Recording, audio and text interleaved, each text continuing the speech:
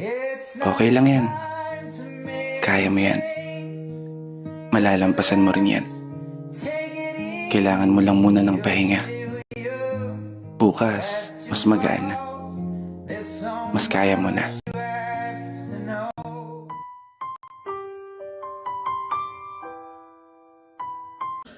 Yun, good afternoon mga bossing. Ayan, pupunta natin ngayon yung nasunugan dito sa Barangay Malama. Siyempre, nagdala tayo ng mga damit, grocery na nalikom natin na nanggaling sa ating mga sponsor. Yan, maraming salamat sa ating sponsor kay Jeff Bielago. Yan, matik na yan, Sir Jeff Bielago. Maraming salamat sa grocery na ibinigay. Yan mga boss, siya po ang may-ari ng MJNFA Motorcycle Parts and Accessories dyan sa Paulba.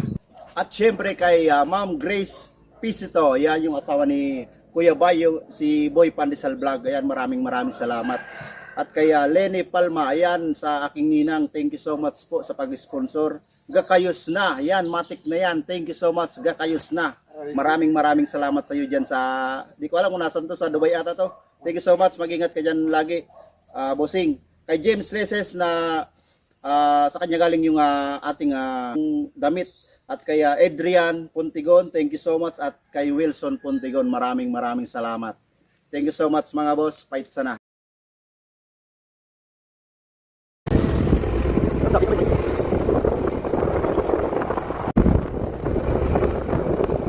Ayan mga boss, nandito na tayo ngayon sa sa nasunugan kay Ate Salvacion Torres. Ayan mga boss, tingnan natin yung bahay niya. Boss, ito yung bahay ni ate na nasunog kahapon. Kahapon ba yun, te? Ay, nung isang araw mga boss. Ito mga boss. Kaparehas ito mga boss nung nasunugan sa Kasinagan. San Vicente. Parehas po yung nangyari. Wala po silang naisalbang kahit isang gamit. Yung damit lang talaga nila nasuot. Ayun ate, anong masasabi mo ate sa ating mga viewers? Baka sakaling mayroon pong mag-sponsor o magbigay ng kaunting tulong. Humingi po ako ng tulong sa mga may puso po na para po makatulungan po naman ako na sunugan po ako, wala po akong gamit na isalba, kundi yung damit lang na suot namin, wala pong iba.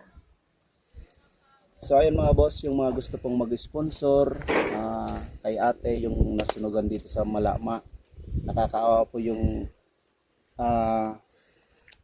pangyayari mga boss kasi kahit isa wala po silang naisalba.